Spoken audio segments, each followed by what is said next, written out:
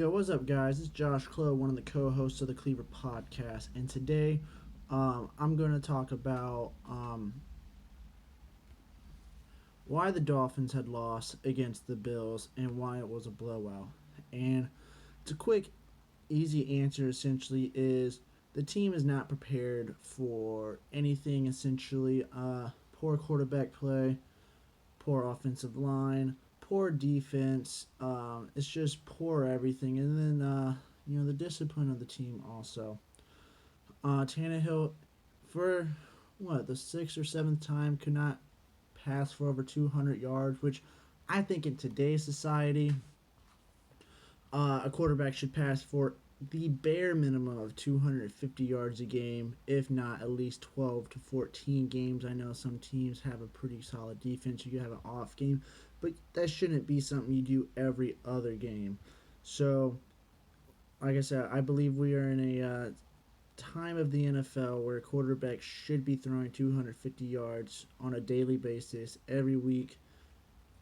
He should not be under 200 yards. So that's the first problem why the Dolphins lost, was because of Ryan Tannehill. I know that Bills has a decent defense. My bad. And then they played in Buffalo, but this has been a occurring problem for the Dolphins this whole season, even with Brock Osweiler. So that was the first reason. The second reason is the run game. They had absolutely no run game whatsoever. They really don't have a run game.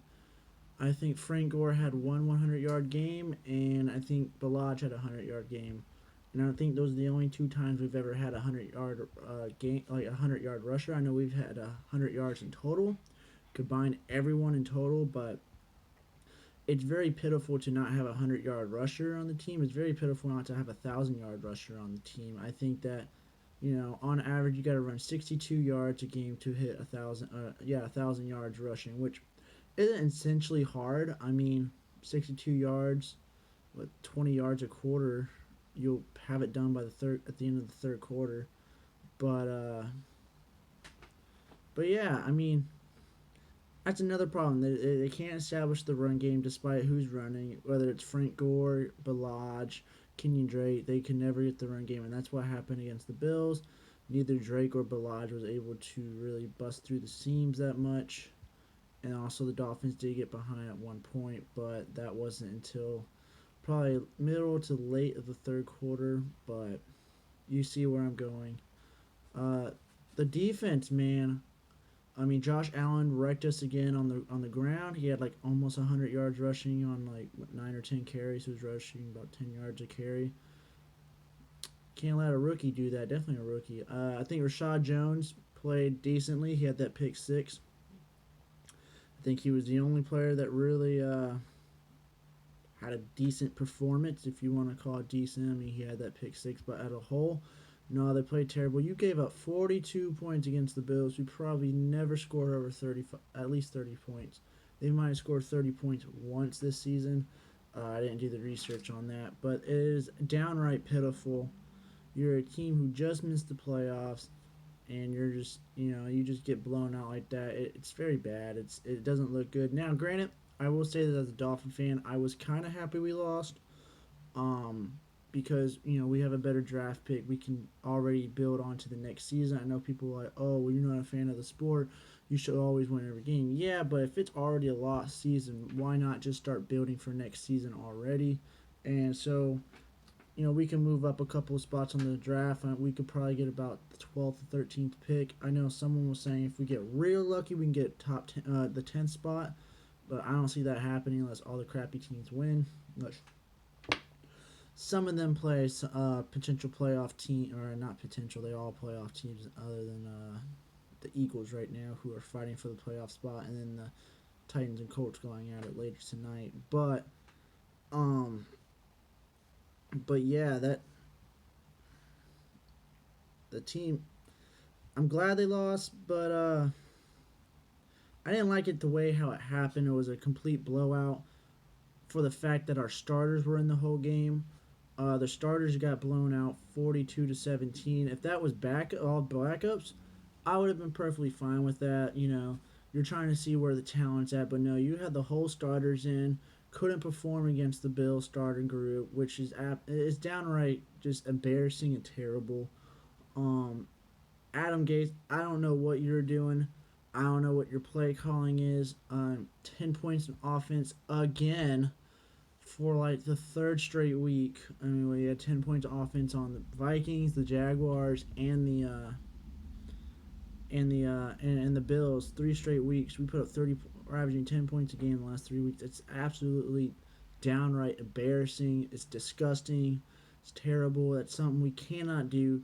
Moving on to the season, I don't care for like, oh, we got injuries. It's next man up. You did that your rookie year when we went 10-6. We went 9-2 in our last 11 games after injuries has struck. So there's no excuse for the injuries, and there's no excuse for only putting up 10 points of offense average. So that's another problem. So offense couldn't go, defense couldn't go. Quarterback play was absolutely horrendous. I mean, Kenny Stills played better than Ryan Tannehill, and he only had one pass. But so that was the real problems. Um, oh, and then the one thing I don't like about Adam Gase is he plays too safe, and it's okay to play safe occasionally, but it's not okay to play safe all the time. To be a team to be feared of and to make the playoff push, you got to be aggressive.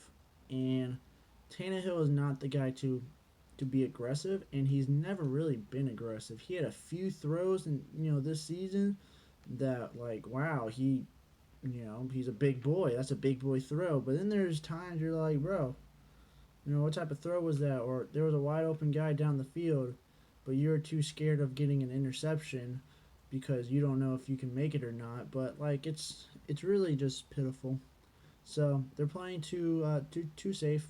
No run game. Quarterback play was terrible. Defense got lit up in all three phases: run, pass, play action. Everything just killed them. So moving forward, Miami should. There's a lot of holes they need to fix. You got to fix most of the defense, but Minka Fitzpatrick is someone that could be into an elite star player going down later in the future. Xavier Howard, someone to build with. I think we have a great secondary, other than the fact that we need another cornerback. I think our second starting cornerback is terrible. Bobby McCain is not a guy that can be a lockdown corner. I know that a lot of second cornerbacks aren't like that, but he is not the guy that we need. We need to find some money to replace him, whether it's in the draft or find someone in free agency. But I'd let Bobby McCain go and find someone better.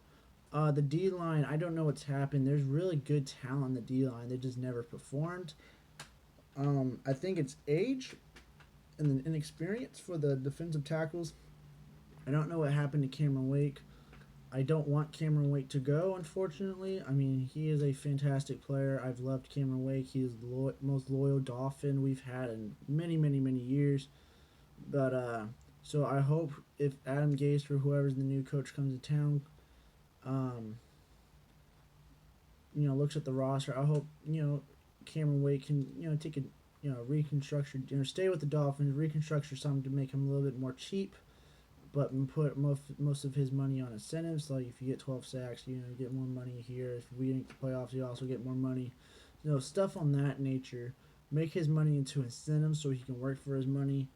Robert Quinn. I think that, and I think all of it is just the scheme. I think Matt Burke's just absolutely garbage as a defensive coordinator, and I think if you bring in and I want to say elite, but good play calling defensive coordinator. I think that defense could definitely step up, definitely that line. I know that once the beginning of next season, we're going to get Vincent Taylor back, and then we're going to get William Hayes back. But Charles Harris is someone who's really been disappointing. I say trade him for a sixth or a fifth. I know he was a first round pick, but he is definitely not playing as a first round pick. Let Devontae Parker go. He is not the wide receiver we thought he could be. His production levels are low. He's always injured. He has flashes, but he is not the guy we need.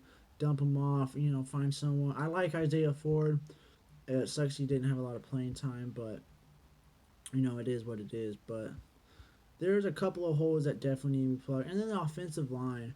I know some of them got hurt, but we got to pick up one or two more like elite guys, or damn near elite.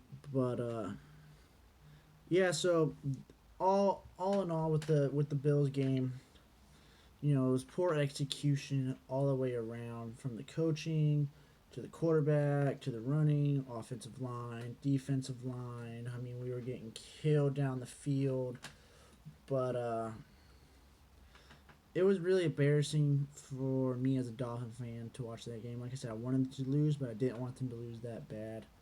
And the starters just absolutely just didn't play like they deserved to be starters. So that's my take on the Dolphins, and how against the Buffalo Bills were, and what they kind of need to do to plug in some holes. I know you guys could probably got some similar feelings about it, but if you guys haven't already, subscribe to the channel. I do talk a lot of stuff about the Dolphins. We also do podcasts. If you guys check on our videos, we do podcasts. We're trying to do some series, but this is just me ranting on the Dolphins like I always do. Because they're always disappointing. But hopefully next year we finally build something into something. No more mediocrity. No more 8-8 seasons, 7-9, 6-10 seasons. I need an 11-5 season. I need a 12-4 season. That's what the Dolphins need. But thank you for listening in.